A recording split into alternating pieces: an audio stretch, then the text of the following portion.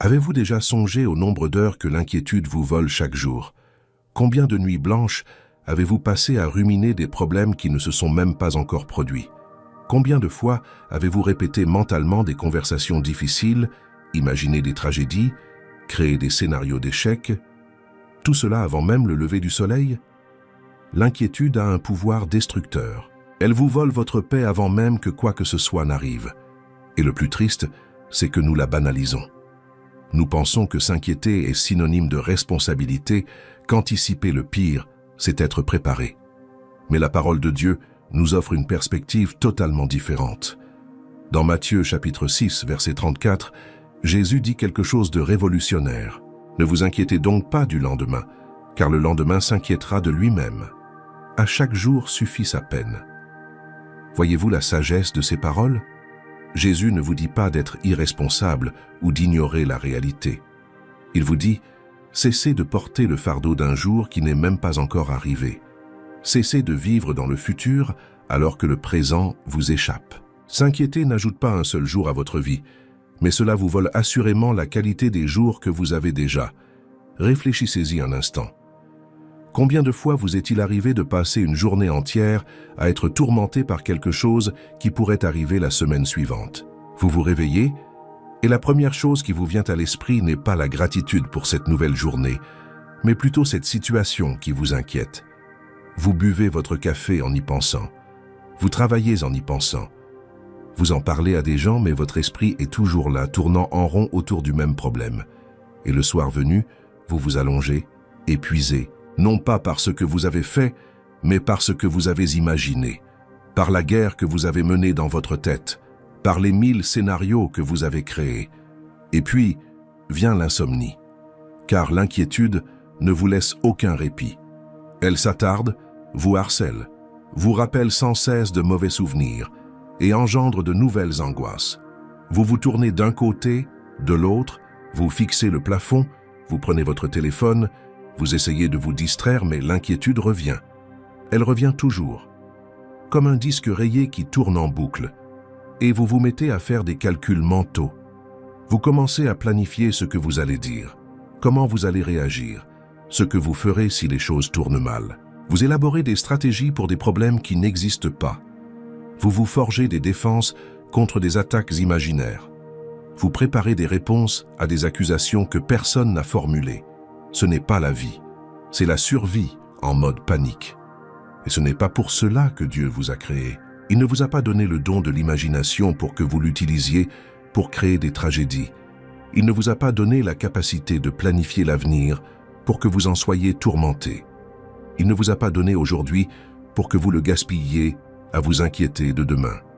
Alors la question demeure, êtes-vous prêt à échanger l'inquiétude contre la foi? Êtes-vous prêt à cesser de tenter de contrôler l'incontrôlable et à commencer à faire confiance au Dieu qui soutient toutes choses?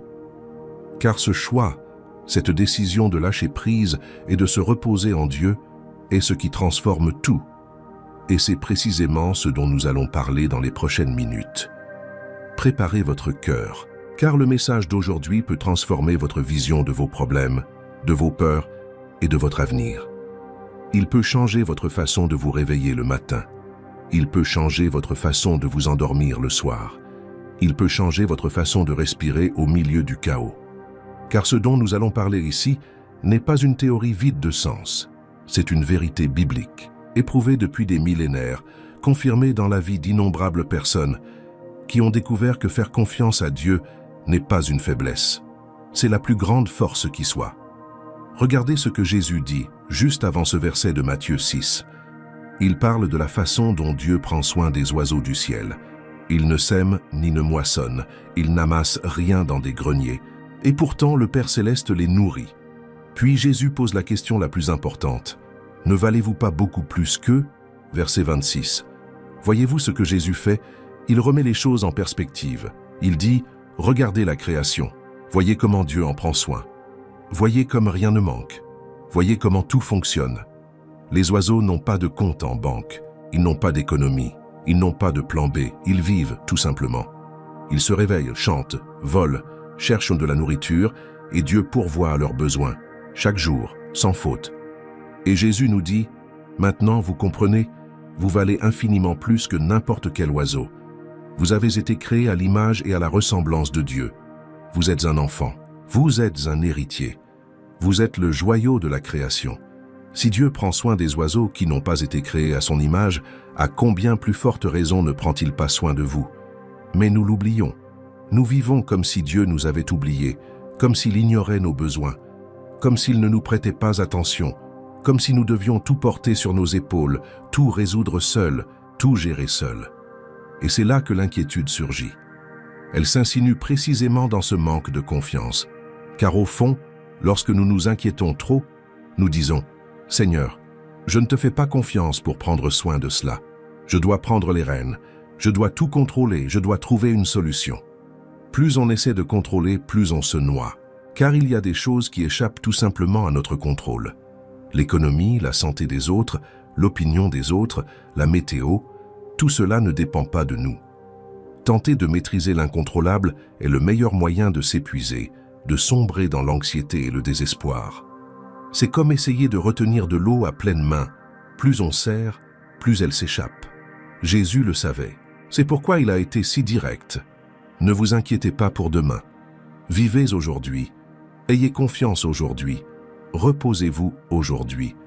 Car chaque jour comporte suffisamment de défis à relever sans avoir à y ajouter ceux de demain. Avez-vous déjà imaginé ce que ce serait de devoir porter tous les problèmes de votre vie d'un coup, tous les défis que vous rencontrerez dans les 20 prochaines années, entassés sur vos genoux dès maintenant? Vous ne tiendriez pas 5 minutes, vous seriez écrasé par le poids.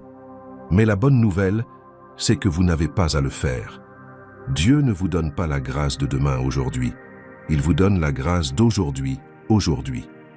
Et demain, quand demain viendra, il vous donnera la grâce de demain. C'est comme la manne dans le désert. Dieu envoyait chaque jour du pain frais au peuple d'Israël, et l'instruction était claire. Ne prenez que ce qu'il vous faut pour aujourd'hui, car demain, il y en aurait davantage. C'était une épreuve de confiance. Dieu enseignait au peuple à vivre au jour le jour, à avoir confiance en sa fidélité pour le lendemain également. Et ceux qui tentaient d'amasser des trésors, de s'assurer un lendemain en conservant plus de manne, voyaient leur pain pourrir. Car Dieu ne bénit pas le manque de confiance, il honore la foi. Et la foi, c'est vivre aujourd'hui en ayant confiance que Dieu prendra soin de demain. Et puis il y a autre chose. L'inquiétude nous fait vivre dans le « et si ». Et si ça tourne mal? Et si je n'y arrive pas? Et si le pire se produit? Et si personne ne m'aide? Et si Dieu ne répond pas? Et si je perds tout?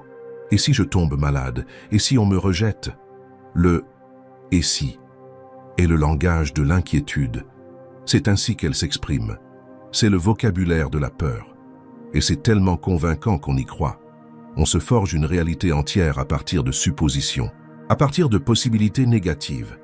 Et ensuite, on réagit à ces possibilités comme si elles étaient déjà réelles. Nous nous attristons pour quelque chose qui ne s'est pas produit. Nous nous mettons en colère contre quelqu'un pour quelque chose qu'il n'a pas fait. Nous abandonnons un rêve à cause d'un obstacle qui n'existe même pas encore. Nous pleurons une perte qui n'a jamais eu lieu. Nous nous défendons contre une attaque imaginaire. Tout cela parce que le « et si » a érigé une prison dans notre esprit. Et nous vivons à l'intérieur de cette prison à regarder les barreaux que nous avons nous-mêmes construits, persuadés qu'il n'y a pas d'issue. Mais Jésus vient et brise cette prison. Il dit « Arrêtez de vous demander « et si » et commencez à penser « même si ». Même si la tempête fait rage, Dieu est aux commandes. Même si le chemin est difficile, Dieu est avec moi. Même si je ne vois pas la sortie, Dieu l'a déjà préparée. Même si tous m'abandonnent, Dieu ne m'abandonnera jamais. Même si les circonstances disent non, Dieu peut dire oui. Même si l'impossible semble impossible, avec Dieu tout est possible. Vous voyez la différence. Le ceci se nourrit de suppositions négatives. Il envisage toujours le pire. Il vous prépare toujours à la tragédie. Il vous vole votre paix intérieure prématurément. Mais le « même si » repose sur la certitude de la présence de Dieu. Il ne nie pas que des difficultés puissent survenir. Mais il affirme que Dieu est plus grand que toute difficulté. Il ne dit pas que vous ne traverserez jamais d'épreuves. Mais il garantit que vous ne les traverserez jamais seul. Il ne promet pas que tout sera facile. Mais il promet que tout en vaudra la peine. Et c'est cet échange qui changera votre vie. Lorsque vous troquerez le « et si » contre le « même si », l'inquiétude contre la foi, le besoin de contrôle contre la confiance. Vous découvrirez une paix inexplicable, une paix qui demeure même au cœur du chaos, une paix qui ne dépend pas des circonstances, une paix qui naît de la certitude de ne pas être seul, que Dieu est avec vous, qu'il ne vous abandonne jamais, qu'il a toujours un plan, et que ce plan est bon. Vous savez, il y a une vérité qu'il est urgent de comprendre. La tempête fait beaucoup de bruit, mais elle ne décide pas de votre avenir. Pensez-y. Quand on traverse une crise, qu'elle soit financière, émotionnelle, de santé ou relationnelle, on a l'impression que c'est tout ce qui compte, n'est-ce pas? Le problème hurle si fort qu'on n'entend plus rien d'autre. On se réveille en y pensant, on y pense toute la journée, on s'endort inquiet. La tempête occupe toutes vos pensées. Elle domine vos conversations. Elle contrôle vos émotions. Elle détermine votre humeur. Vous commencez à tout interpréter à travers le prisme de la tempête. Une parole aimable paraît fausse, car vous êtes pris dans la tourmente. Une bénédiction semble insignifiante, car votre attention est focalisée sur le problème. Une victoire paraît dérisoire, car le vacarme de la tempête est tel que vous ne pouvez la célébrer. Et peu à peu, la tempête devient votre identité. Vous cessez d'être vous-même et devenez cette personne avec ce problème. Vous cessez d'être un enfant de Dieu et devenez esclave des circonstances. Mais voici l'erreur. Nous confondons le vacarme de la tempête avec une autorité qui régit nos vies. Or, ce n'est pas le cas. La tempête a beau être furieuse, les vents violents et les vagues terrifiantes, elle n'a pas le dernier mot. Elle fait du bruit. Beaucoup de bruit. Mais le bruit n'est pas une autorité. Crier n'est pas gouverner. Menacer n'est pas contrôler. Et la tempête peut hurler autant qu'elle veut, elle n'a pas le pouvoir de décider de notre destin. Vous souvenez-vous de l'histoire de Marc, chapitre 4. Les disciples étaient dans la barque avec Jésus lorsqu'une violente tempête s'est levée. Et ce n'était pas une tempête comme les autres. Le texte dit que les vagues s'écrasaient sur la barque, qui commençait déjà à se remplir d'eau. Verset 37. Cela signifie qu'il ne s'agissait pas simplement d'un fort vent. C'était une question de vie ou de mort.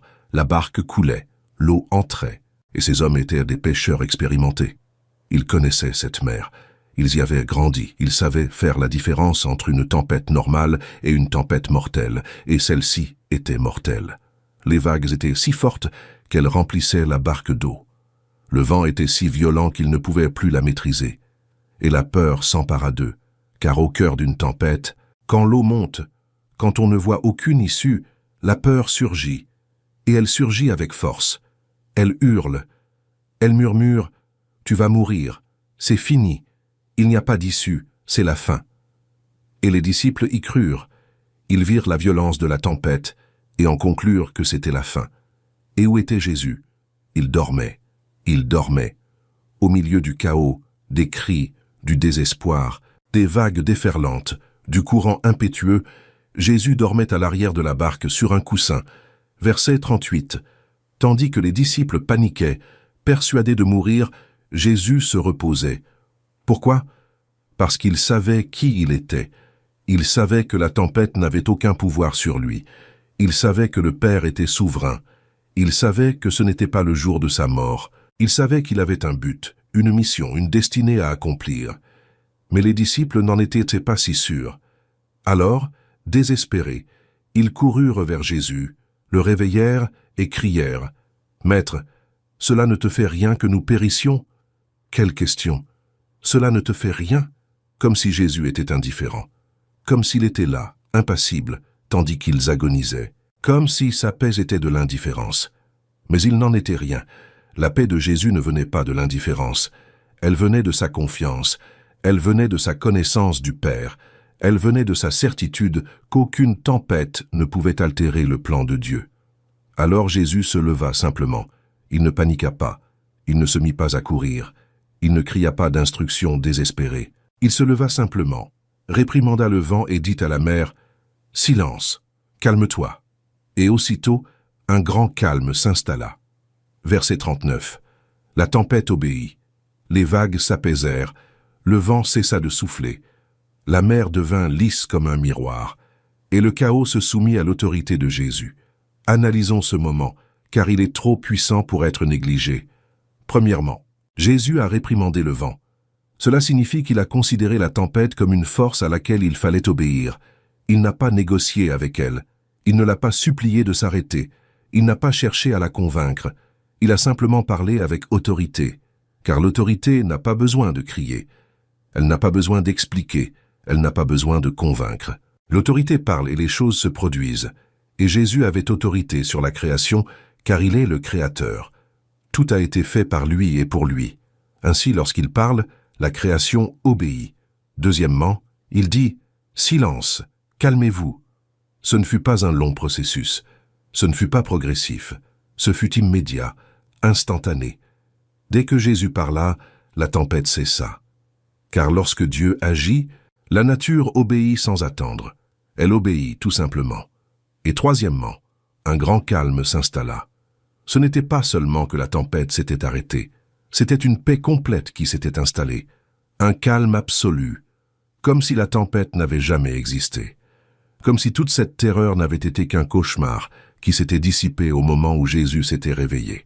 Après que la tempête se soit calmée, Jésus regarde ses disciples et leur pose une question profonde. « Pourquoi avez-vous si peur? N'avez-vous toujours pas la foi » Verset 40. Remarquez-vous ce qu'il dit? Il dit « J'étais dans la barque avec vous. J'étais là. Pourquoi pensiez-vous que vous alliez mourir?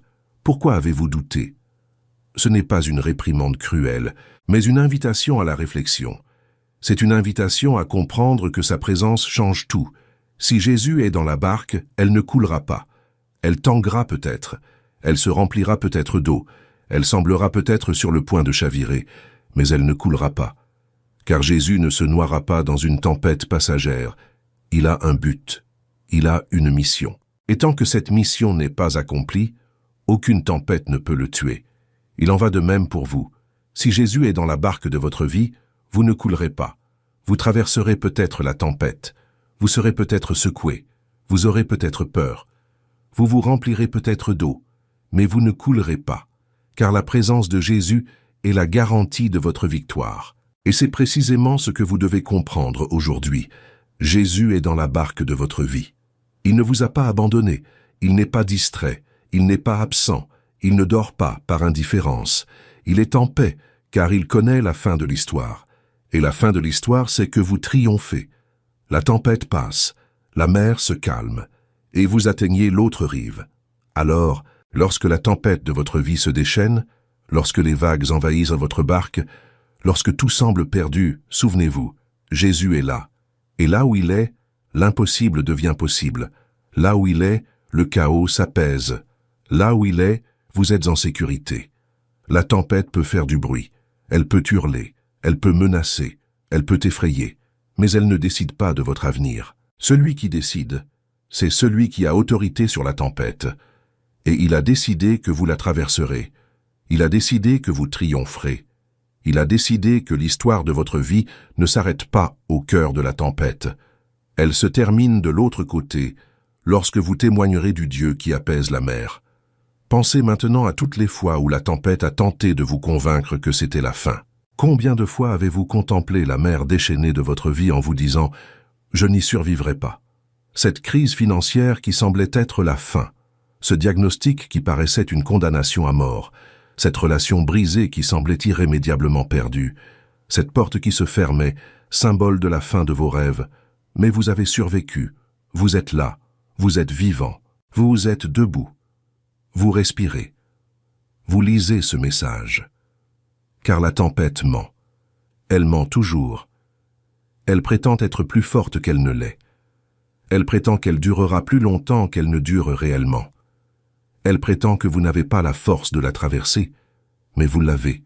Vous l'avez parce que Dieu vous fortifie. Vous l'avez parce que la même puissance qui a apaisé la mer est en vous. Vous l'avez parce que vous n'êtes pas seul. Et voici la vérité qui détruit le pouvoir de la tempête sur vous. Elle a beau faire rage, elle n'est que passagère. Elle a beau être bruyante, elle n'est pas éternelle. Elle a beau être effrayante, elle n'est pas plus forte que Dieu. Alors, quand la prochaine tempête surviendra, et elle surviendra car Jésus n'a jamais promis une vie sans tempête, mais il a promis d'être avec nous à travers elle, souvenez-vous de cette histoire. Souvenez-vous que Jésus est dans votre barque. Souvenez-vous qu'il a autorité sur toute tempête. Souvenez-vous que sa présence est votre garantie. Et au lieu de paniquer, au lieu de crier « tu t'en fiches », Arrêtez-vous, respirez et déclarez « Jésus, tu es là. Et si tu es là, je surmonterai cette épreuve. Si tu es là, cette tempête ne décide pas de mon destin. Si tu es là, j'ai déjà gagné. » Parlons maintenant de l'un des plus grands ennemis de notre paix, l'inquiétude. Car l'inquiétude a un pouvoir très dangereux. Elle ment. Et elle ment si bien, avec une telle conviction, avec tant de détails, que nous y croyons. L'inquiétude ne ment pas en disant des absurdités, mais en disant des choses plausibles. Elle prend des faits réels et les déforme. Elle prend de petites possibilités et les amplifie. Elle prend des craintes légitimes et les exagère. Et parce qu'il y a une part de vérité dans tout cela, le mensonge tout entier paraît vrai. L'inquiétude crée dans votre esprit des scénarios catastrophes qui ne se produiront jamais. C'est comme un scénariste de film d'horreur qui vit dans votre tête. Elle prend un mal de tête et vous diagnostique une tumeur. Elle prend une remarque de votre patron et vous imagine au chômage. Elle prend une dispute avec votre conjoint et voit le mariage se terminer. Elle prend une difficulté financière et vous imagine ruiné, sans abri, affamé. Elle prend une petite possibilité et la transforme en une certitude absolue. Elle exagère, elle déforme, elle invente. Combien de fois vous êtes-vous inquiété pour des choses qui ne se sont jamais produites? Combien de tragédies avez-vous imaginées qui ne se sont jamais concrétisées? Combien de nuits blanches avez-vous passé à ruminer des scénarios qui n'existaient que dans votre imagination? Je parie que si vous y réfléchissez, vous vous rendrez compte que 90%, voire 95% de vos soucis ne se sont jamais produits. Jamais. Vous avez gaspillé votre énergie, perdu le sommeil, vécu dans l'angoisse, développé des ulcères, souffert d'anxiété. Tout cela pour des choses qui n'existaient que dans votre esprit. Et voici le paradoxe. S'inquiéter ne vous a préparé à rien. Cela ne vous a pas rendu plus fort. Cela ne vous a pas apporté plus de sagesse. Cela ne vous a pas mieux armé. Cela vous a seulement dépouillé. Cela vous a dépouillé de votre paix, de votre joie, de votre santé, de votre sommeil, de votre énergie. Et cela ne vous a absolument rien donné en retour. Car s'inquiéter n'est pas se préparer. S'inquiéter, c'est souffrir. Se préparer, c'est prendre des mesures pratiques et judicieuses pour faire face aux difficultés potentielles. S'inquiéter, c'est ruminer, imaginer et souffrir par anticipation. L'inquiétude ne cesse de vous répéter « ça va mal tourner, tu n'y arriveras pas, ce sera pire que tout ce que tu imagines. Prépare-toi au pire, ne te leurre pas, n'espère pas, car l'espoir est dangereux, l'espoir te rend vulnérable. Tu ferais mieux d'accepter que ça va mal tourner. Et alors, vous vous préparez émotionnellement à l'échec. Vous vous armez émotionnellement contre la déception. Vous érigez des murs émotionnels pour vous protéger. Vous vivez sur la défensive, toujours dans l'attente du pire, méfiant de tout et de tous. Tout cela à cause d'un mensonge. Tout cela à cause d'une invention de l'inquiétude. Et vous savez ce qui arrive? Vous cessez de rêver. Vous cessez de prendre des risques. Vous cessez d'essayer. Car l'inquiétude vous a convaincu que c'est inutile. Alors vous abandonnez avant même de commencer. Vous vous contentez de moins que ce que Dieu a prévu pour vous. Vous vous résignez à une vie petite, limitée, médiocre, car l'inquiétude vous a fait croire que c'est tout ce que vous méritez, tout ce que vous pouvez avoir, tout ce qui est possible pour vous. Mais savez-vous ce que dit Dieu? Il dit exactement le contraire. Dans le livre des Nombres, chapitre 23, verset 19, il est écrit « Dieu n'est point un homme pour mentir, ni un fils d'homme pour se repentir. Ce qu'il a dit, ne le fera-t-il pas? Ce qu'il a promis, ne l'accomplira-t-il pas ?» C'est l'une des affirmations les plus puissantes de toute l'Écriture, car elle établit un principe fondamental du caractère de Dieu, il ne ment pas. Jamais, au grand jamais, en aucune circonstance, sous aucune pression, sans aucune raison. Quand Dieu parle, c'est la vérité. Toujours, sans exception. Avec Dieu, il n'y a ni plus ni moins. Il n'y a pas de interprétation possible avec Dieu. Il n'y a pas de métaphore quand Dieu promet quelque chose. Quand Dieu parle, c'est la vérité absolue, incontestable et immuable. Quand Dieu promet, il tient parole. Peu importe le temps que cela prend. Peu importe à quel point cela paraît impossible. Peu importe le nombre d'obstacles. Dieu tient ses promesses, parce qu'il ne peut pas mentir. Ce n'est pas qu'il choisisse de ne pas mentir, c'est qu'il ne le peut pas. Mentir contredit sa nature. Et Dieu ne peut pas contredire sa propre nature. De plus, quand Dieu établit quelque chose, c'est inébranlable. Cela ne change pas au gré des circonstances, des personnes ou des difficultés. Ce que Dieu établit demeure. Ce qu'il décrète s'accomplit. Ce qu'il décide s'accomplit. Avec Dieu, il n'y a pas de « peut-être », pas de « je vais essayer », pas de « on verra ». Quand il dit « je le ferai », il le fait. Point final. Sans discussion, sans négociation, sans retour en arrière. Voyez-vous la différence? L'inquiétude ment. Dieu, lui, ne ment pas. L'inquiétude exagère. Dieu tient ses promesses. L'inquiétude engendre le pire. Dieu prend soin de chaque détail de votre vie. L'inquiétude dit « tout va mal tourner ».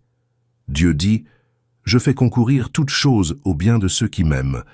L'inquiétude dit « tu es seul ». Dieu dit « je ne te quitterai jamais et je ne t'abandonnerai jamais ». L'inquiétude dit « tu n'y arriveras pas ». Dieu dit « je peux tout faire grâce à celui qui me fortifie ». Alors pourquoi choisissons-nous de croire à l'inquiétude plutôt qu'en Dieu? Pourquoi accordons-nous plus de crédit aux scénarios catastrophes que notre esprit imagine qu'aux promesses de la parole? Pourquoi la voix de l'angoisse semble-t-elle plus forte, plus réelle, plus convaincante que celle du Père? Peut-être parce que l'inquiétude crie fort.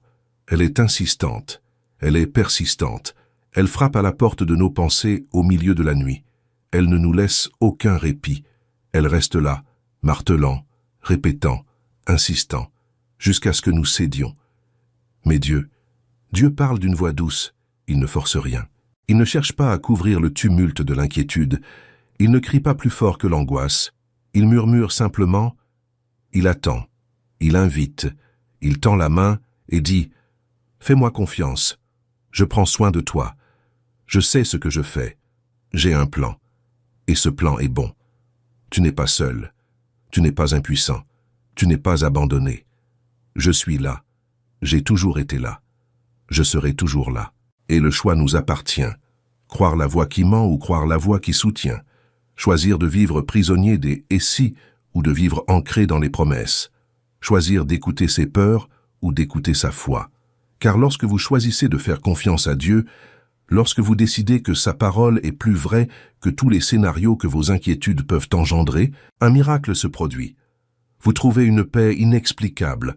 Vous trouvez une force que le chaos ne peut ébranler. Vous trouvez un espoir que les circonstances ne peuvent vous voler. Et vous découvrez que Dieu ne vous décevra jamais. Il ne ment pas. Il n'exagère pas. Il ne promet pas l'impossible. Il ne faillit jamais. Il n'abandonne jamais. Il ne vous délaisse jamais. Il prend simplement soin de vous. Et il prend soin de vous avec une telle attention, une telle précision, une telle fidélité, que lorsque vous regardez en arrière, lorsque vous observez le parcours de votre vie, vous réalisez qu'à chaque moment difficile, dans chaque vallée sombre, dans chaque tempête violente, il était là. Il t'a soutenu quand tu pensais tomber. Il t'a protégé quand tu pensais te perdre. Il a pourvu à tes besoins quand tu pensais manquer de tout. Il t'a guéri quand tu pensais mourir. Il a ouvert des portes que tu croyais toutes fermées. Il a tracé un chemin quand tu pensais qu'il n'y avait aucune issue. Il a tenu ses promesses, toujours, sans faute, sans exception, et s'il l'a fait une fois, il le fera encore, et encore, et encore. Car Dieu est immuable. Il est le même hier, aujourd'hui et éternellement. Hébreux chapitre 13, verset 8. Alors, quand l'inquiétude s'accompagne de mensonges, quand elle imagine des scénarios sombres, quand elle vous persuade que tout ira mal, arrêtez-vous, respirez, et souvenez-vous des vérités de Dieu. Souvenez-vous de ce qu'il a déjà fait. Souvenez-vous de ce qu'il a déjà accompli. Souvenez-vous de toutes ces fois où vous pensiez que ça n'allait pas marcher, et pourtant ça a marché. Souvenez-vous de toutes ces fois où vous pensiez que c'était la fin, et pourtant ce n'était qu'un passage difficile. Souvenez-vous de toutes ces fois où Dieu vous a surpris. Et choisissez de croire en lui. Choisissez de faire confiance à la voix qui ne ment pas. Choisissez de trouver le repos dans la certitude que Dieu sait ce qu'il fait et qu'il ne veut que votre bien. Et nous voici arrivés à un point crucial. L'impossible commence lorsque vous vous reposez en Dieu. Cela peut sembler contradictoire, n'est-ce pas? On nous apprend que pour réaliser l'impossible, il faut travailler plus dur, redoubler d'efforts, courir plus vite, s'inquiéter davantage, planifier davantage, contrôler davantage. La culture qui nous entoure ne cesse de véhiculer ce discours du « poursuivez-le », du « n'abandonnez jamais », du « donnez-vous à fond », du « dormez quand vous serez mort », du « pas d'excuses », du « succès ne dort jamais ». Attention, je ne dis pas qu'il ne faut pas travailler. Je ne dis pas qu'il ne faut pas être responsable. Je ne dis pas qu'il ne faut pas s'efforcer ou faire preuve de discipline. Mais il y a une différence fondamentale entre travailler avec un but précis et travailler par désespoir. Il y a une différence fondamentale entre persévérer avec foi et persévérer avec anxiété. Il y a une différence fondamentale entre une discipline saine et un perfectionnisme névrotique. Car lorsque votre cœur s'emballe, lorsque vos pensées s'emballent, lorsque vous essayez de tout contrôler à la fois, lorsque vous êtes en mode survie, plus rien ne se fait. Vous êtes paralysé. Vous commettez des erreurs. Vous prenez de mauvaises décisions. Vous vous fatiguez plus vite. Vous perdez en lucidité. Vous perdez en créativité. Vous perdez la capacité de trouver des solutions, car le désespoir est un mauvais conseiller. L'anxiété obscurcit la vision. La peur paralyse. Et vous risquez de vous épuiser au travail, mais si vous le faites par désespoir, anxiété et panique, vous n'irez pas loin. Vous finirez par craquer, vous tomberez malade, vous vous effondrerez. Car le corps humain n'est pas fait pour vivre dans un état d'urgence permanent. Le cerveau fonctionne mal sous un stress constant. Le cœur ne peut supporter une pression incessante. Mais lorsque vous vous reposez en Dieu, lorsque vous lui confiez tous vos soucis, comme il est dit dans la première épître de Pierre, chapitre 5, verset 7, car il prend soin de vous, un miracle se produit. Votre âme s'apaise, votre esprit s'éclaircit, votre cœur trouve sa voie, vos épaules se détendent, la tension diminue, votre respiration se calme. Et c'est dans ce lieu de repos, dans ce lieu de paix, dans ce lieu de confiance, que la foi trouve l'espace nécessaire pour s'épanouir. Parce que la foi et le désespoir ne font pas bon ménage. La foi et la panique ne vont pas de pair. La foi et le besoin compulsif de contrôle sont incompatibles. Pour que la foi agisse, il faut lâcher prise, il faut respirer, il faut se reposer. Il faut cesser de vouloir faire l'œuvre de Dieu. Il faut reconnaître qu'il y a des choses que lui seul peut résoudre, qu'il y a des miracles que lui seul peut accomplir, qu'il y a des portes que lui seul peut ouvrir, qu'il y a des provisions que lui seul peut envoyer. Et tant que vous vous obstinez à tout contrôler, vous bloquez l'action de Dieu. Car Dieu ne partage pas la gloire. Il n'agira pas si vous ne lâchez pas prise. Il attend de vous que vous ayez confiance. Il attend de vous que vous vous reposiez. Il attend de vous que vous reconnaissiez « Seigneur, je ne peux pas, mais toi, tu peux. Alors je lâche prise, je m'abandonne, j'ai confiance. » Prenons l'exemple de Marthe et Marie dans le chapitre 10 de Luc. Marthe était agitée, préoccupée par de nombreux soucis, courant d'un endroit à l'autre, cherchant à tout maîtriser. Elle voulait que tout soit parfait. Elle voulait être l'hôtesse parfaite. Elle voulait bien servir, bien recevoir, tout faire correctement. Et il y a du mérite à cela. Il y a de la beauté à vouloir servir. Il y a de l'amour à vouloir bien faire. Mais Marthe a franchi une limite dangereuse. Elle s'est tellement concentrée sur l'action qu'elle a perdu son être. Elle s'est tellement concentrée sur le service qu'elle a perdu la communion avec Dieu. Et dans tout cela, elle perdit l'essentiel. La présence de Jésus. Marie, quant à elle, fit un autre choix. Elle s'assit aux pieds de Jésus, elle s'arrêta, elle se reposa, elle écouta, tout simplement. Elle choisit la présence. Elle choisit la paix. Elle choisit la relation plutôt que l'accomplissement. Et lorsque Marthe se plaignit, lorsqu'elle dit, frustrée, probablement les larmes aux yeux, épuisée, « Seigneur, cela ne te fait rien que ma sœur me laisse faire tout le travail toute seule, dis-lui de m'aider. » Jésus répondit par une parole révolutionnaire. Il dit « Marthe, Marthe », et remarquez qu'il répéta son nom, ce qui, dans la culture juive, était un signe d'affection et d'attention, comme s'il disait « Ma chère Marthe, tu t'inquiètes et tu t'agites pour beaucoup de choses, mais une seule est nécessaire. Marie a choisi la meilleure part et elle ne lui sera pas enlevée. » Luc, chapitre 10, versets 41 et 42. Voyez-vous la sagesse de cela? Jésus ne disait pas que le travail de Marthe était inutile. Il ne méprisait pas son dévouement. Mais il montrait que son inquiétude la privait de quelque chose de bien plus précieux, la paix de sa présence. Marthe était tellement absorbée par ses tâches pour Jésus qu'elle en oubliait d'être avec lui. Elle était tellement concentrée sur son service qu'elle en oubliait de créer un lien avec lui. Elle était tellement préoccupée par les détails du dîner qu'elle manquait l'occasion de se nourrir de la parole. Et combien d'entre nous vivons ainsi, tellement occupés à faire des choses pour Dieu que nous oublions d'être avec lui, tellement occupés à l'église que nous n'avons plus le temps de prier, tellement occupés à servir que nous n'avons plus le temps d'adorer, tellement occupés à résoudre des problèmes que nous oublions de chercher celui qui détient toutes les solutions, tellement occupés à courir partout que nous oublions de nous reposer, tellement occupés à faire que nous oublions d'être. Et Jésus contemple cette vie trépidante, cette vie pleine d'inquiétude, cette vie où l'on s'affaire 1000 fois sans trouver la paix, et il dit « Arrêtez, reposez-vous, choisissez ce qui est bon, choisissez ma présence, car c'est en ma présence que vous trouverez ce dont vous avez vraiment besoin. Ce n'est ni dans la précipitation, ni dans l'activisme, ni dans l'inquiétude. C'est en moi. En ma présence, la joie est parfaite. En ma présence, la paix règne. En ma présence, le chemin est tracé. En ma présence, la guérison est présente. En ma présence, tout est pourvu. En ma présence se trouve tout ce dont vous avez besoin. Et quel était le plus beau moment? S'asseoir aux pieds de Jésus, se reposer en sa présence, entendre sa voix, être près de lui. Tandis que Marthe s'épuisait à force d'activisme, Marie trouvait la paix dans le repos. Tandis que Marthe se fatiguait à servir, Marie puisait des forces en écoutant. Tandis que Marthe s'inquiétait de 1000 choses, Marie se concentrait sur l'essentiel. Et c'est ce que Dieu attend de vous aujourd'hui. Ce n'est pas que vous soyez paresseux ou irresponsables. Ce n'est pas que vous ne travailliez pas ou que vous ne serviez pas.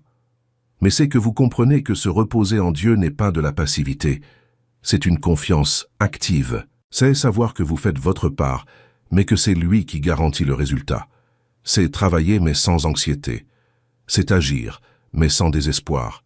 C'est marcher, mais en se reposant à chaque pas, certain que Dieu nous précède. C'est servir, mais dans un état de paix, non de panique. C'est agir, mais en sachant que votre valeur ne réside pas dans ce que vous faites, mais dans qui vous êtes en Christ. Si vous avez suivi ce message jusqu'ici, si ces mots vous touchent, si vous comprenez que vous avez besoin d'apprendre à trouver le repos en Dieu, j'aimerais vous demander quelque chose. Aimez cette vidéo et abonnez-vous à la chaîne. Chaque fois que vous le faites, vous m'aidez à diffuser ce message à davantage de personnes qui ont besoin d'entendre que Dieu ne les a pas abandonnées, qu'elles n'ont pas à tout porter seules, qu'elles peuvent trouver le repos. Alors, cliquez maintenant, abonnez-vous et activez la cloche pour ne manquer aucune vidéo. Continuons car il nous reste encore beaucoup de choses importantes à aborder. Écoutez bien ceci. La foi voit là où la peur hurle. Vous connaissez ces moments où tout semble perdu. Quand le diagnostic est mauvais, quand l'argent vient à manquer, quand une relation est brisée, quand la porte se ferme et que vous ne voyez aucune issue, quand le rêve semble mort, quand les gens vous ont abandonné, quand vous regardez autour de vous et ne voyez que les ténèbres. C'est dans ces moments-là que la peur hurle. Elle hurle fort, elle hurle sans cesse, elle occupe tout l'espace de votre esprit, elle peint la tragédie en couleurs, elle détaille le pire scénario, elle vous montre toutes les façons dont les choses pourraient mal tourner. Elle paralyse, elle étouffe, elle vous vole l'espoir. La peur est l'un des ennemis les plus redoutables que vous rencontrerez. Elle ne murmure pas, elle ne suggère rien, elle hurle, elle terrifie, et elle hurle si fort, avec une telle conviction, avec une telle précision, qu'elle parvient à couvrir toute autre voix. Elle hurle que vous n'y arriverez pas, que vous n'êtes pas assez fort, que vous êtes seul, que Dieu vous a abandonné, que le pire va arriver, qu'il n'y a pas d'issue, qu'il n'y a pas de solution, qu'il n'y a pas d'espoir, que tout est fini, que c'est la fin. Et la peur ne se contente pas de proférer des mots, elle profère des images. Elle vous montre ce qui arrivera si les choses tournent mal. Elle projette le film de votre échec sur l'écran de votre esprit. Elle vous fait ressentir la douleur avant même qu'elle n'existe. Elle vous fait pleurer des pertes qui n'ont pas encore eu lieu. Elle vous fait éprouver du chagrin avant la mort, du désespoir avant la tragédie, la défaite avant même le combat. Et plus vous écoutez la peur, plus elle hurle fort, plus vous y croyez, plus elle prend de l'ampleur. Plus vous la regardez, plus elle grandit. Mais tandis que la peur hurle, la foi murmure. Et que dit la foi? Elle dit « Regarde au-delà des apparences, vois différemment, vois avec ton cœur et non seulement avec ta vue. Souviens-toi de ce que Dieu a déjà fait, souviens-toi comment il t'a déjà délivré. Souviens-toi des portes qu'il a déjà ouvertes, souviens-toi des provisions qu'il a déjà envoyées, souviens-toi des guérisons qu'il a déjà accomplies. Souviens-toi des moments où tu pensais ne pas y arriver et où il t'a soutenu. Souviens-toi des moments où tu pensais que c'était la fin et où ce n'était que le commencement. Souviens-toi des moments où tu pleurais sans espoir et où il a essuyé tes larmes. La foi ne nie pas la réalité. Elle ne fait pas comme si le problème n'existait pas. Elle n'est ni aveugle ni naïve. Elle voit le diagnostic, le compte en banque, la relation brisée, la porte close. Mais elle refuse que le problème soit la seule réalité. Elle refuse de laisser les circonstances avoir le dernier mot. Elle refuse d'accepter que ce que l'on voit soit tout ce qui existe. Car la foi voit au-delà. La foi a une vision spirituelle. La foi voit ce que les yeux humains ne peuvent voir. La foi voit Dieu à l'œuvre en coulisses. La foi voit le miracle se préparer. La foi voit la victoire à venir. La foi perçoit la sollicitude, là où la peur ne voit que l'abandon. Quand la peur crie « Dieu t'a oublié », la foi murmure « Il ne dort ni ne sommeille jamais ». Quand la peur crie « Tu es seul », la foi murmure « Il ne te quittera ni ne t'abandonnera jamais ». La foi perçoit la protection là où la peur ne voit que le danger. Quand la peur crie « Tu vas souffrir », la foi murmure « Il est ton bouclier ». Quand la peur crie « Tout va mal tourner », la foi murmure « Il fait concourir toute chose au bien ». La foi perçoit les possibilités là où la peur ne voit que des impasses. Quand la peur crie « Il n'y a pas de solution », la foi murmure « Pour Dieu, rien n'est impossible ». Quand la peur crie « C'est fini », la foi murmure « Dieu trouve toujours une solution ». La foi offre une vision différente, une perspective éternelle. Elle considère les circonstances, mais aussi la nature de Dieu. Elle perçoit le problème, mais aussi celui qui le résout. Elle reconnaît la difficulté, mais aussi la grandeur de Dieu. Elle ne minimise pas l'épreuve, mais magnifie la grandeur de Dieu. Et lorsque vous agissez ainsi, lorsque vous choisissez d'écouter la foi plutôt que la peur, lorsque vous choisissez de voir avec les yeux de la foi plutôt qu'avec ceux de la peur, tout change.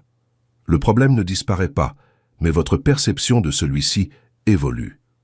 Les circonstances ne changent pas immédiatement, mais votre perspective change. Et la perspective est essentielle. Pensez à David. Il n'était qu'un enfant, probablement un adolescent, lorsqu'il affronta Goliath. Un géant de près de 3 mètres de haut, une véritable bête de guerre, entraîné au combat depuis son enfance, aguerri aux batailles, armé jusqu'aux dents d'une armure plus lourde que le corps entier de David. Sa lance était comme un rouleau de métier à tisser. La pointe pesait 7 kilos de fer à elle seule au bout d'une lance. Et Goliath était là chaque jour, matin et soir, pendant 40 jours, hurlant, défiant, provoquant, raillant le peuple d'Israël et le Dieu d'Israël. Toute l'armée d'Israël regarda Goliath et y vit la défaite. Ils entendirent les cris du géant et furent paralysés par la peur. Saül, le roi, pourtant l'homme le plus grand d'Israël, n'eut pas le courage de l'affronter. Les soldats les plus expérimentés, les guerriers les plus braves, les hommes les mieux entraînés, tous se cachèrent dans leurs tentes, tremblants, effrayés, paralysés. Pourquoi? Parce que la peur était plus forte que la foi. Ils contemplèrent la taille du géant et oublièrent la grandeur de leur Dieu. Ils se focalisèrent sur le problème et perdirent de vue celui qui le résolvait. Ils ne virent que Goliath. Mais David, face à la même scène, y vit autre chose. Il vit un géant, certes, mais il y vit aussi une occasion de glorifier Dieu. Il y vit un défi, certes, mais il y vit aussi une chance de montrer la grandeur de Dieu. Pourquoi? Parce que la foi de David ne reposait pas sur l'ampleur du problème, mais sur la grandeur de son Dieu. Et il dit, dans le premier livre de Samuel, chapitre 17, verset 37, « L'Éternel, qui m'a délivré de la patte du lion et de la patte de l'ours, me délivrera aussi de la main de ce Philistin. » Vous voyez, David s'est tourné vers le passé, s'est souvenu des délivrances passées et a puisé dans ce souvenir la force de sa foi dans le présent. Il n'a pas nié que Goliath fut un géant. Il n'a pas feint l'absence de danger. Il n'a pas minimisé la difficulté, mais il n'a pas non plus laissé la taille de Goliath déterminer l'issue du combat. car David savait une chose que toute l'armée avait oubliée. La victoire ne se joue pas à la force du guerrier, mais à la grandeur du Dieu qu'il sert. Elle ne se joue pas à la force des bras, mais à la présence de l'esprit. Elle ne se joue pas à l'habileté humaine, mais à la puissance divine. Et lorsque David partit au combat, il n'eut pas peur, non pas par courage inné, mais par confiance en Dieu. Il était armé de 5 pierres lisses, ramassées dans le ruisseau et d'une fronde. Pas d'armure lourde, pas d'épée gigantesque, pas de bouclier, juste la foi, la confiance, la certitude que Dieu était avec lui. Goliath regarda David et se moqua de lui. Voyant ce garçon maigre, sans armure, sans expérience du combat, il dit avec mépris, « Suis-je un chien pour que tu viennes contre moi avec des bâtons? Viens ici, et je donnerai ta chair aux oiseaux du ciel et aux bêtes des champs. » Versets 43 et 44. Mais David ne se laissa pas intimider, il ne recula pas, il ne douta pas, au contraire. Il répondit par l'une des déclarations les plus puissantes, les plus pleines de foi et les plus marquantes de toute la Bible. « Vous venez contre moi avec l'épée, la lance et le javelot. Mais moi, je viens contre vous au nom du Seigneur Tout-Puissant, le Dieu des armées d'Israël que vous avez insulté. Aujourd'hui même le Seigneur vous livrera entre mes mains. Je vous frapperai et je vous couperai la tête. Aujourd'hui même, je donnerai les cadavres de l'armée philistine aux oiseaux du ciel et aux bêtes de la terre, et toute la terre saura qu'il y a un Dieu en Israël.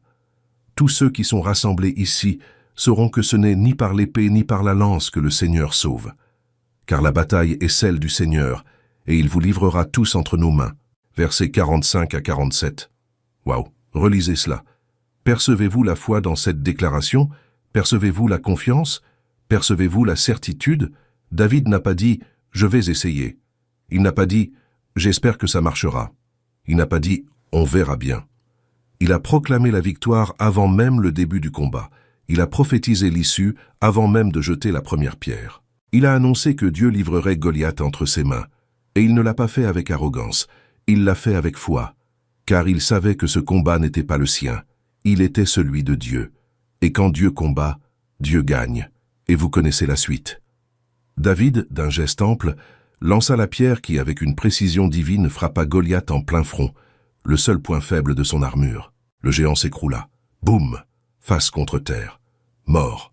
David courut, s'empara de l'épée de Goliath et lui trancha la tête. L'armée philistine, qui croyait Goliath invincible, paniqua et prit la fuite.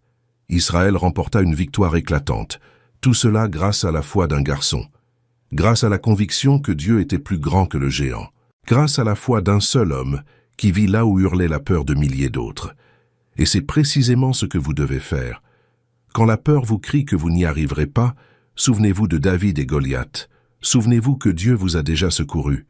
Quand la peur vous crie que tout est perdu, souvenez-vous du moment où Dieu vous a tiré d'affaire. Souvenez-vous du jour où il a séparé la mer.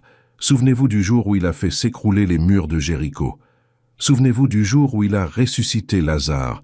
Souvenez-vous du jour où il a vaincu la mort. Quand la peur vous crie que vous êtes seul, souvenez-vous du jour où Dieu était votre refuge. Souvenez-vous du jour où il était votre bouclier. Souvenez-vous du jour où il était votre forteresse. La foi a une mémoire. Elle se tourne vers le passé et trouve des raisons d'avoir confiance en l'avenir. Elle voit ce que Dieu a déjà accompli et croit qu'il le refera. Elle voit au-delà des difficultés. Elle voit le Dieu qui n'a jamais failli, qui n'a jamais abandonné, qui a toujours tenu ses promesses. Et tandis que la peur hurle, la foi continue de voir, continue de croire, continue d'espérer, continue de faire confiance, car elle connaît une vérité inébranlable. Dieu est souverain. Et celui qui est avec Dieu est du côté des vainqueurs. Il y a un autre point essentiel à clarifier. Le poids qui vous accable ne vous appartient pas. Nombre des fardeaux que vous portez ne viennent pas de Dieu. Ils proviennent d'ailleurs. Ils proviennent d'une culpabilité que vous ne devriez pas ressentir.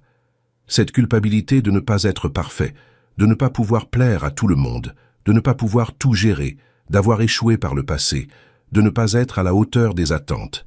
Et vous portez cette culpabilité comme un sac à dos rempli de pierres.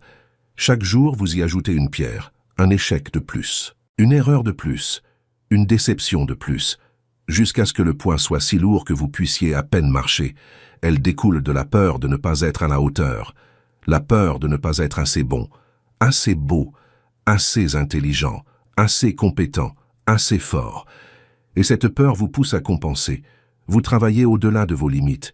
Vous vous épuisez. Vous dites oui quand vous devriez dire non. Vous prenez des responsabilités qui ne vous incombent pas, juste pour prouver que vous êtes à la hauteur. Mais au final, vous avez toujours le sentiment de ne pas l'être. Et le fardeau s'alourdit. Ces sentiments découlent du sentiment de responsabilité face à des problèmes qui ne sont pas les nôtres. On s'approprie les problèmes des autres comme s'ils étaient les siens. On cherche à sauver tout le monde, à tout arranger.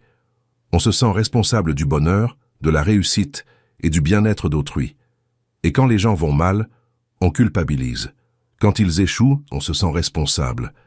Et le fardeau s'alourdit. Elle découle de la pression de répondre à des attentes que Dieu n'a jamais placées en vous.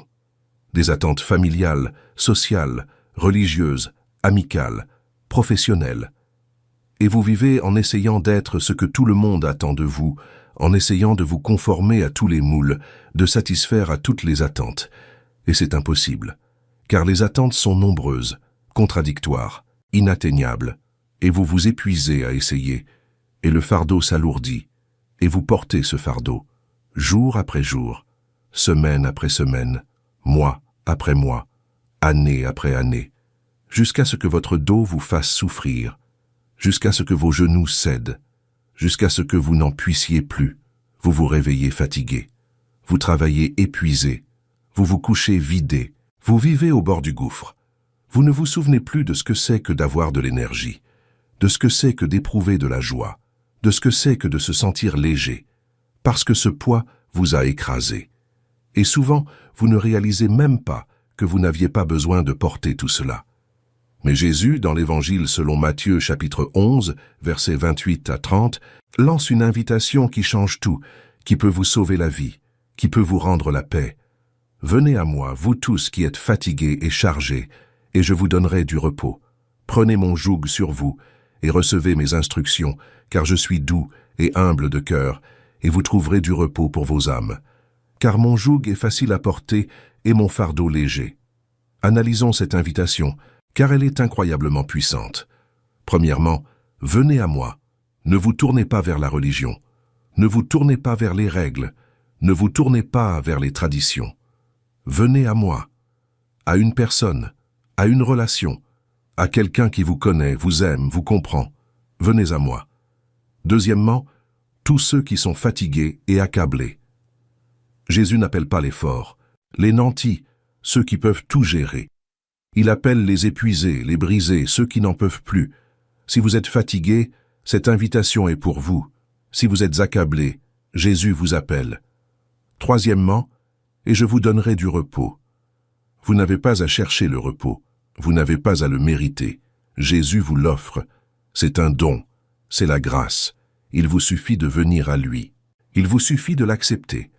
Quatrièmement, prenez mon joug sur vous. Un joug est cette pièce de bois qui unit deux animaux pour tirer une charge ensemble. Jésus dit, portons-la ensemble. Vous n'avez pas à la porter seul. Je serai à vos côtés. Nous irons ensemble. Et plus encore, mon joug. Ce n'est pas le joug de la religion. Ce n'est pas le joug des attentes. C'est le joug de Jésus. Et quelle est la différence? Son joug est doux. Son fardeau est léger. Parce que Jésus connaît vos limites. Il sait de quoi vous êtes capable. Il sait quand vous êtes à bout de force. Il sait quand le fardeau est trop lourd. Et il ne vous accablera jamais. Il n'exigera jamais plus que ce que vous pouvez donner. Il ne vous poussera jamais au-delà de vos limites. Car il est doux et humble de cœur. Il n'est pas un tyran. Il n'est pas un chef abusif. Il n'est pas un Dieu distant et exigeant. Il est doux et humble. Il comprend. Il est compatissant. Il se soucie de vous. Le problème, c'est que nous nous obstinons à porter des fardeaux qui ne viennent pas de lui. Nous nous obstinons à résoudre ce que seul Dieu peut résoudre. Nous nous obstinons à contrôler ce qui ne dépend pas de nous. Nous nous obstinons à répondre à des attentes que Dieu n'a jamais fixées. Nous nous obstinons à porter une culpabilité que Jésus a déjà payée sur la croix. Nous nous obstinons à être forts par nous-mêmes, alors que Dieu nous offre la force. Et alors, nous craquons. Parce que nous n'avons pas été créés pour cela. Nous avons été créés pour dépendre de Dieu. Nous avons été créés pour marcher avec lui. Nous avons été créés pour trouver le repos en lui. Alors aujourd'hui, maintenant, À cet instant précis, je vous invite à un exercice sincère. Fermez les yeux un instant si vous le pouvez et réfléchissez à tout ce que vous portez, à tout ce qui vous pèse, et demandez-vous sincèrement, est-ce un don de Dieu ou me l'ai-je imposé?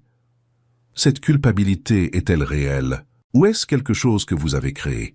Quelque chose que l'ennemi a semé, quelque chose que la religion vous a imposé? Cette responsabilité est-elle vraiment la vôtre, ou avez-vous endossé ce qui appartenait à quelqu'un d'autre? Ce fardeau a-t-il un sens, ou n'est-ce qu'une attente irréaliste, impossible à tenir, que vous ou d'autres avez placée sur vous? Tout ce contrôle est-il vraiment nécessaire, ou n'est-ce que de la peur déguisée en responsabilité? Et si, par cet exercice d'honnêteté, vous réalisez que ce fardeau ne vient pas de Dieu, s'il s'agit d'une culpabilité que Jésus a déjà payée, s'il s'agit d'une responsabilité qui ne vous incombe pas, s'il s'agit d'une exigence absurde, s'il s'agit d'un contrôle né de la peur et non de la foi, alors lâchez prise. Abandonnez-vous. Confiez-le à Dieu, car le poids qui vous accable, qui vous épuise, qui vous vole votre paix, qui vous prive de votre joie, qui vous empêche de vivre, ne vous appartient pas. Et Jésus est là, les bras ouverts, les mains tendues, le cœur débordant d'amour, offrant le repos, offrant le soulagement, offrant la paix. Accueillez-le. N'ayez pas honte d'être fatigué. Ne soyez pas fiers de vouloir tout porter seul. N'ayez pas peur de paraître faible. Car la vraie force ne réside pas dans le fait de tout porter seul. C'est savoir quand s'abandonner. C'est avoir l'humilité de dire « Dieu, j'ai besoin de toi. Je ne peux pas y arriver seul. J'ai besoin de ton joug. J'ai besoin de ton repos. J'ai besoin de toi. » Échangez le lourd fardeau contre un joug léger. Échangez la culpabilité contre la grâce. Échangez le contrôle contre la confiance. Échangez les exigences contre la liberté. Échangez le poids contre la légèreté. Et découvrez que vivre avec Jésus n'est pas fatigant. C'est libérateur. Ce n'est pas pesant. C'est doux. Ce n'est pas épuisant. C'est ressourçant. Car avec Jésus, vous ne portez pas seul. Vous ne marchez pas seul. Vous ne combattez pas seul. Il est à vos côtés, il porte avec vous, et en fait, il vous porte même lorsque vous n'en pouvez plus. Parlons maintenant d'un sujet qui nous concerne tous, la peur de l'avenir. Demain prend des proportions démesurées lorsqu'on l'envisage à travers le prisme de l'inquiétude. L'avez-vous déjà remarqué? Quand on regarde l'avenir avec des yeux angoissés, tout semble impossible, menaçant, insurmontable.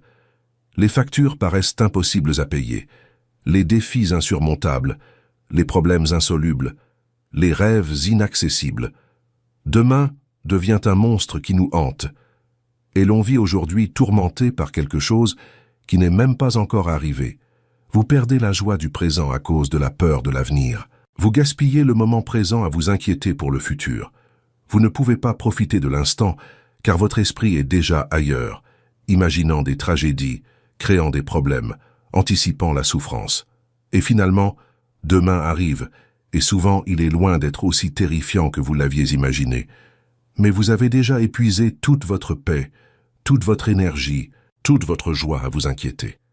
Vous vous êtes privé de la possibilité de vivre pleinement aujourd'hui parce que vous étiez obsédé par l'avenir. Et ce n'est pas tout. S'inquiéter pour demain nous empêche de voir les bienfaits d'aujourd'hui. Cela nous empêche d'être reconnaissants pour ce que nous avons maintenant. Cela nous empêche de profiter de la présence de ceux qui nous entourent. Cela nous empêche de célébrer nos réussites actuelles. Car tellement concentrés sur ce qui pourrait mal tourner demain, nous ne voyons pas ce qui va bien aujourd'hui. Nous sommes tellement préoccupés par ce qui pourrait nous manquer demain que nous ne sommes pas reconnaissants pour ce dont nous ne manquons pas aujourd'hui. Mais Jésus, avec la sagesse qui lui est propre et sa profonde compréhension de la nature humaine, enseigne une vérité révolutionnaire capable de transformer votre vie. Chaque jour apporte son lot de difficultés. Matthieu 6, verset 34. Qu'est-ce que cela signifie? Cela signifie que chaque jour vous apporte suffisamment de défis à relever. Chaque jour a ses propres problèmes, ses propres difficultés, ses propres exigences. Et cela suffit. Vous n'avez pas à porter le fardeau de demain dès aujourd'hui. Vous n'avez pas à résoudre les problèmes de demain dès aujourd'hui. Vous n'avez pas besoin d'avoir les réponses de demain dès aujourd'hui. Vous n'avez pas besoin des provisions de demain dès aujourd'hui. Car chaque jour apporte son lot de défis. Et Dieu, qui prend soin de vous aujourd'hui, qui vous soutient aujourd'hui, qui pourvoit à vos besoins aujourd'hui, prendra soin de vous demain aussi. La question est, avez-vous confiance en cela? Avez-vous confiance que le Dieu qui vous a conduit jusqu'ici continuera de vous guider? Avez-vous confiance que le Dieu qui vous a soutenu jusqu'à présent ne vous abandonnera pas demain? Avez-vous confiance que le Dieu qui a pourvu à vos besoins jusqu'à présent ne vous décevra pas à l'avenir? Car avoir confiance en Dieu aujourd'hui, c'est tracer un chemin sûr pour l'avenir. Ce n'est pas l'inquiétude qui résout les problèmes, ce n'est pas le contrôle qui garantit quoi que ce soit, ce n'est pas la peur qui protège, c'est la confiance. Imaginez Moïse guidant le peuple d'Israël à travers le désert. Ils étaient environ 2 millions, hommes, femmes, enfants, vieillards, et ils traversaient un désert. Pas de supermarché, pas de restaurant, pas de point d'eau, rien. Humainement parlant, c'était impossible. Comment nourrir 2 millions de personnes dans le désert? Comment abreuver une telle foule dans un lieu aride? Comment survivre? Ils ignoraient où ils dormiraient le lendemain. Ils ignoraient d'où viendrait leur nourriture. Ils ignoraient comment ils survivraient. C'était un peuple immense et vulnérable, sans ressources, traversant un territoire hostile, sans carte, sans aucune garantie. D'un point de vue humain, c'était de la folie. C'était impossible. C'était du suicide. Mais Dieu a pourvu à leurs besoins. Il envoyait la manne du ciel chaque jour, du pain frais chaque matin. Exode, chapitre 16. Chaque matin au réveil, le peuple trouvait le sol couvert de manne, du pain venu du ciel, la providence divine. Et l'instruction de Dieu était claire, précise, intentionnelle. Ne prenez que ce dont vous avez besoin pour aujourd'hui. Que chacun prenne ce qui lui est nécessaire pour un jour. N'essayez pas d'accumuler, n'essayez pas de faire des réserves, n'essayez pas de garantir le lendemain. Ayez confiance. Demain, je pourvoirai à nouveau. Pourquoi? Parce que Dieu nous enseignait une leçon fondamentale sur la foi, la confiance et la dépendance. Je prends soin de toi jour après jour. Tu n'as pas besoin de vivre en mode survie, à amasser des ressources par peur. Tu n'as pas besoin de faire des réserves par insécurité. Tu n'as pas besoin de paniquer à l'idée de manquer de quelque chose. Je suis fidèle. Je suis constant. Je pourvois à tes besoins. Je n'ai jamais failli. Je ne faillirai jamais. Je ne faillirai jamais. Repose-toi en moi.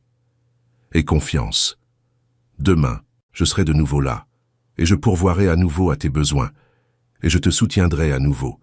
Et savez-vous ce qui s'est passé? Certains ont obéi. Ils n'ont ramassé que ce dont ils avaient besoin pour la journée. Et chaque matin, sans faute, la manne était fraîche.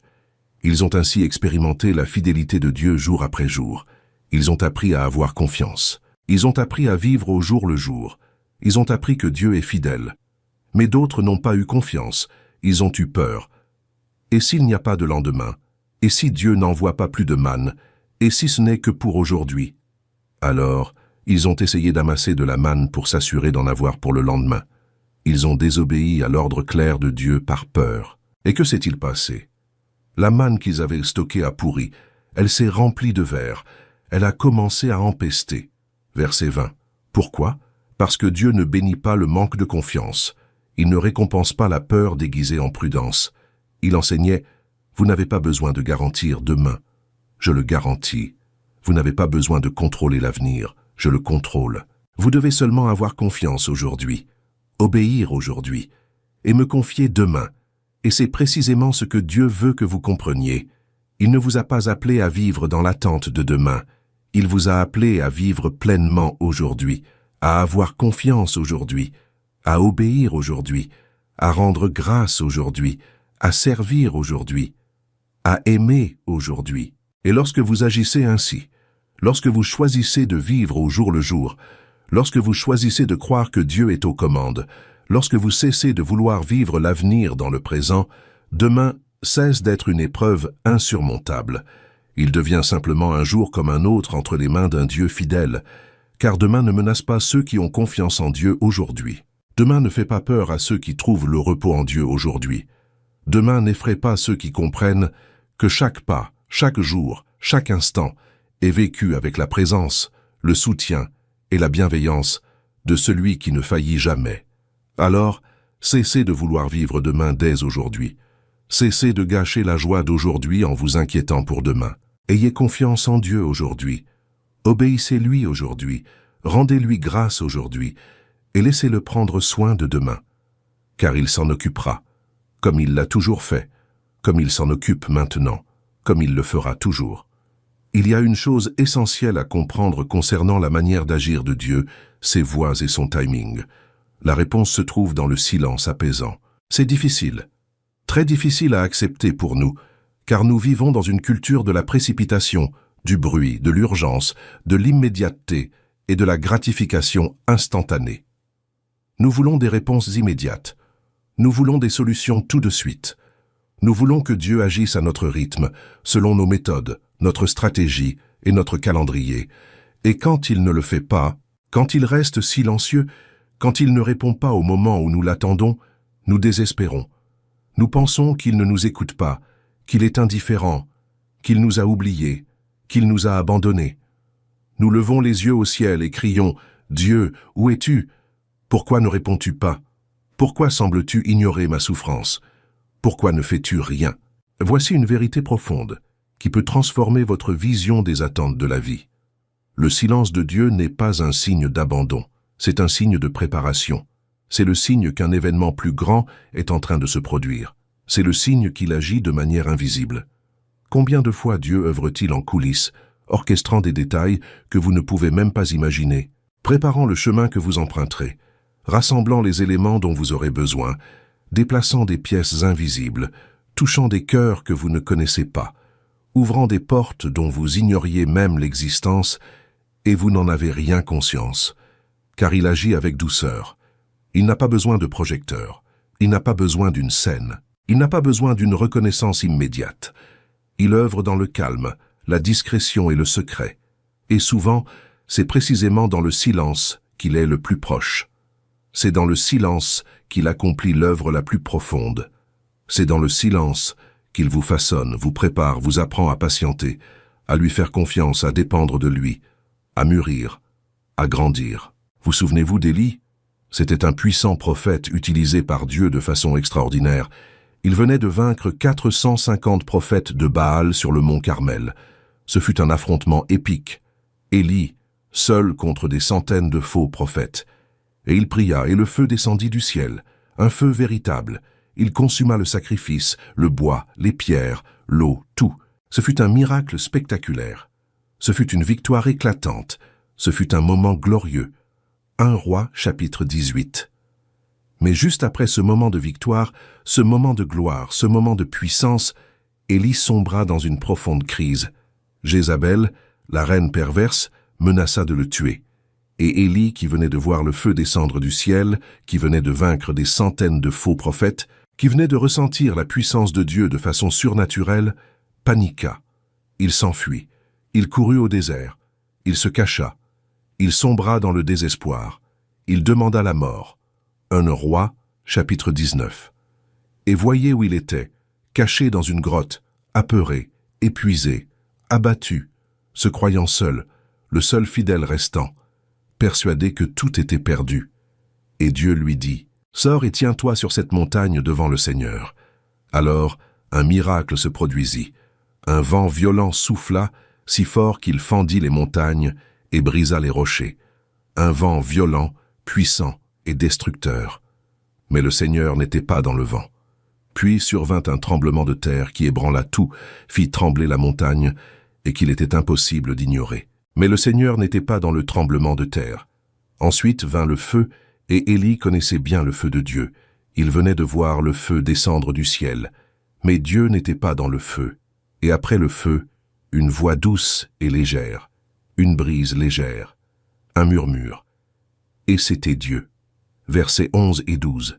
Comprenez-vous la leçon? Dieu n'était pas dans le bruit. Il n'était pas dans le spectacle. Il n'était pas dans le vent, le tremblement de terre, le feu. Il était dans le murmure. Il était dans le calme. Il était dans le silence. Et Élie, habitué aux miracles spectaculaires, au feu du ciel, aux puissantes manifestations de la puissance divine, dut apprendre une leçon fondamentale. Dieu n'est pas seulement présent dans le tumulte. Il est surtout présent dans le silence. Il ne parle pas seulement par des miracles spectaculaires. Il parle avant tout par les murmures du cœur. Et c'est précisément ce qu'il attend de vous, que vous ralentissiez, que vous apaisez votre cœur, que vous fassiez taire le tumulte qui vous entoure et qui résonne en vous, que vous cessiez d'exiger des réponses immédiates et que vous appreniez à patienter, que vous cessiez d'exiger de Dieu qu'il agisse selon vos souhaits et que vous appreniez à lui faire confiance. Il sait ce qu'il fait. Car l'attente n'est pas vaine, ce n'est pas du temps perdu, ce n'est pas un signe que Dieu vous ignore. C'est dans l'attente que Dieu façonne votre caractère, fortifie votre foi, prépare votre cœur à recevoir ce qu'il a en réserve pour vous, vous enseigne la dépendance, vous révèle votre besoin de lui, purifie de toute impureté, brise l'orgueil, fait naître l'humilité et vous transforme. Si la réponse arrivait trop vite, vous ne seriez pas transformé. Vous recevriez la bénédiction, certes, mais vous n'auriez pas la maturité nécessaire pour la conserver. Alors si vous êtes dans le silence en ce moment, si Dieu semble ne pas répondre, si vos prières vous paraissent vaines, si vos cris restent sans réponse, si vos recherches restent vaines, ne perdez pas espoir, ne paniquez pas. Ne pensez pas que Dieu vous a abandonné, reposez-vous, attendez, ayez confiance, apaisez votre âme, faites taire vos craintes et écoutez, car son silence n'est pas un rejet, c'est une préparation. Et lorsqu'il parlera, lorsqu'il agira, lorsqu'il se manifestera, vous comprendrez que tout cela en valait la peine, que son timing était parfait, que sa réponse était exactement ce dont vous aviez besoin, non pas ce que vous désiriez, mais ce dont vous aviez besoin, et que l'attente était aussi importante que la réponse elle-même. Car Dieu n'est jamais en retard, jamais, au grand jamais, il ne faillit jamais, il agit simplement au moment opportun, à l'instant parfait, lorsque tout est en place, lorsque vous êtes prêt, lorsque les circonstances sont réunies, lorsque le moment est venu. Et d'ici là, reposez-vous, apaisez votre âme, faites taire votre désespoir, et ayez confiance, une confiance absolue, qu'il œuvre, même lorsque vous ne voyez rien, même lorsque rien ne semble se passer, même lorsque le silence paraît assourdissant. Parlons maintenant de 3 ennemis qui tentent de contrôler votre vie, 3 forces qui veulent vous voler votre paix, influencer vos décisions, définir qui vous êtes, l'anxiété, la précipitation et l'insécurité. L'anxiété cherche à dominer votre esprit. Elle aspire à être la première voix que vous entendez au réveil, avant même d'avoir complètement ouvert les yeux. Elle veut être la dernière voix, avant de vous endormir, celle qui vous empêche de dormir, les yeux rivés au plafond. Elle veut contrôler vos pensées, vos décisions, vos réactions, votre journée entière. Elle veut que vous viviez constamment dans le pire des scénarios, que vous imaginiez sans cesse des tragédies, que vous vous prépariez constamment au pire, que vous ayez constamment peur. L'anxiété est comme un locataire désagréable et abusif qui s'installe chez vous sans prévenir et qui entreprend de tout chambouler, de tout détruire. Elle prend vos pensées paisibles et les jette à la poubelle.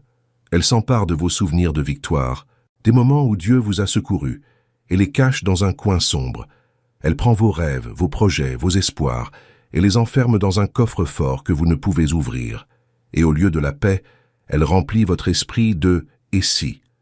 Et si tout tourne mal, et si vous échouez, et si c'est pire que vous ne l'imaginez, et si personne ne vous aide, et si Dieu ne répond pas, et si vous perdez tout, et si vous tombez malade, et si l'on découvre votre véritable identité, et si vous échouez, et si, l'angoisse ne s'arrête jamais. Elle ne vous laisse aucun répit. Elle ne prend pas de vacances. Elle reste là, 24 heures sur 24, 7 jours sur 7, martelant, répétant, insistant, créant de nouveaux scénarios angoissants, de nouvelles tragédies possibles, de nouvelles raisons de paniquer, jusqu'à ce que vous croyiez que ces scénarios horribles, impossibles, exagérés, sont inévitables, réels, votre avenir. La précipitation naît de la peur de ne pas y arriver, de ne pas être assez rapide, de perdre du temps, d'être à la traîne, de rater l'occasion, de ne pas saisir l'instant présent. Alors on court, on se dépêche, on vit à un rythme effréné. On mange vite, on conduit vite, on travaille vite, tout va vite, toujours vite, pressé, pressé, pressé. On prend des décisions sans réfléchir. On saute des étapes essentielles. On sacrifie l'important à l'urgent. On choisit le raccourci plutôt que le bon chemin. On vit toujours à un rythme effréné, toujours en retard, toujours à courir après les choses, toujours avec le sentiment de manquer de temps, d'être distancé. Oh, mais quand on lâche prise, quand on se libère, quand on ouvre les mains et qu'on relâche tout ce à quoi on s'accroche si fort, quand on abandonne les « et si », quand on reconnaît humblement et sincèrement que la sollicitude de Dieu est plus grande, infiniment plus grande que le chaos qui nous entoure, alors la paix triomphe. Et elle triomphe d'une manière incompréhensible pour ceux qui nous observent de l'extérieur. Elle triomphe d'une manière qui défie toute logique humaine. Elle triomphe d'une manière que les circonstances ne peuvent expliquer. Même au cœur de la tempête, la paix règne. Les vagues continuent de se briser, le vent souffle toujours, mais en vous, une sérénité inattendue vous habite. Même sans savoir ce que demain vous réserve, la paix est là. Même sans avoir toutes les réponses, la paix est là. Même si le problème demeure irrésolu, que la porte reste close, que la guérison n'est pas encore arrivée, que les secours ne sont pas encore prodigués, la paix est là. Car la paix de Dieu ne dépend pas des circonstances. Elle n'attend pas que tout soit résolu. Elle n'a pas besoin de garanties visibles. Elle repose sur sa présence. Et lorsqu'il est présent, lorsque vous prenez conscience de sa présence, la paix s'installe, et elle demeure. Et lorsque vous vous libérez du fardeau que vous ne pouvez plus porter, lorsque vous reconnaissez enfin qu'il existe des choses qui dépassent votre entendement, qui pèsent trop lourd sur vos épaules, qui sont trop complexes pour votre esprit, lorsque vous laissez l'espoir et la foi guider votre chemin au lieu de la peur et du besoin de contrôle, vous découvrez quelque chose d'incroyable, de libérateur, qui change tout. Dieu a toujours été aux commandes. Toujours. Depuis le commencement. Avant même votre naissance. Avant même votre existence. Et lorsque vous faites ce choix, lorsque vous vous abandonnez véritablement, lorsque vous faites confiance sincèrement, non pas superficiellement mais du fond du cœur, vous découvrez des vérités libératrices. L'inquiétude n'a jamais eu de véritable pouvoir sur vous. Ce n'était que du bruit. La peur n'a jamais eu le dernier mot. Ce n'était qu'une vaine menace. Le chaos n'a jamais été véritablement aux commandes. Ce n'était qu'une apparence. Car Dieu a toujours été, est et sera toujours le Seigneur souverain de toutes choses. Il a toujours régné. Il a toujours eu le contrôle. Il a toujours veillé sur vous. Et il veille sur vous, maintenant, aujourd'hui, en ce moment, demain et toujours, à jamais. Vous savez, je voudrais que vous preniez un moment pour réfléchir profondément à tout ce dont nous avons parlé ces dernières minutes, à la façon dont l'inquiétude vous vole votre paix avant même que quoi que ce soit ne se produise, à la façon dont la tempête fait beaucoup de bruit, hurle fort, mais n'a absolument aucun pouvoir sur votre avenir, sur votre destin, à la façon dont l'inquiétude ment sans vergogne, mais que Dieu ne ment jamais, à la façon dont l'impossible, le miracle, la transformation commence lorsque vous cessez de lutter seul et que vous vous reposez en Dieu. Alors, acceptez l'invitation. N'attendez plus. N'attendez pas d'être plus fort. N'attendez pas de résoudre vos problèmes. Venez comme vous êtes, fatigué, brisé, blessé, confus, effrayé, accablé. Venez simplement ainsi. Abandonnez tout. Ayez une confiance absolue. Reposez-vous véritablement. Et découvrez, vivez, comprenez que la paix que vous avez cherchée toute votre vie, si souvent au mauvais endroit, vous attendait patiemment dans les bras aimants de votre Père céleste qui ne vous a jamais abandonné. Pour ceux qui sont paralysés par la peur du lendemain, d'un avenir incertain, pour ceux qui ont un besoin urgent d'entendre que Dieu ne les a pas abandonnés, qu'il les aime toujours, qu'il a toujours de bons projets pour eux, pour ceux qui ont désespérément besoin de savoir que le vrai repos existe, que la paix est possible, pour ceux qui ont besoin de comprendre que la tempête n'a pas le dernier mot, que Dieu si, car le message de Dieu, sa parole, n'est pas seulement pour vous, il est pour tous ceux qui ont besoin de l'entendre. Alors partagez-le, semez l'espoir, apportez la lumière, et ensemble, apportons un espoir véritable, une foi authentique et une paix profonde à un plus grand nombre. Exprimez-vous sincèrement dans les commentaires, partagez la vidéo avec amour et persévérez dans votre cheminement de foi sur cette voie de confiance en Dieu. Car Dieu est avec vous, pas seulement de temps en temps, pas seulement dans les bons moments, mais aujourd'hui au cœur des épreuves, demain face à l'incertitude, toujours, à jamais, éternellement. et il ne vous abandonnera jamais, il ne vous décevra jamais, il ne vous fera jamais défaut. Jamais, parce qu'il est fidèle par nature, il est bon par essence. Il est l'amour incarné, et il a les plus beaux projets pour votre vie. Des projets que vous ne pouvez même pas imaginer. Des projets qui vous surprendront, des projets qui vous béniront, des projets qui vous utiliseront pour bénir les autres. Alors, ayez confiance. Ayez une confiance véritable, du plus profond de votre cœur. Reposez-vous. Reposez-vous sincèrement, sans culpabilité. Et vivez. Vivez pleinement dans la paix qu'il est le seul à pouvoir donner. Dans la paix qui surpasse toute intelligence, dans la paix qui protège votre cœur et votre esprit, dans la paix qui demeure même au cœur de la tempête, dans la paix qui est sa présence. Car lorsqu'il est présent, la paix est présente. Et lorsque la paix est présente, vous êtes bien, vous êtes en sécurité, vous êtes chez vous, dans les bras du Père qui ne vous abandonne jamais.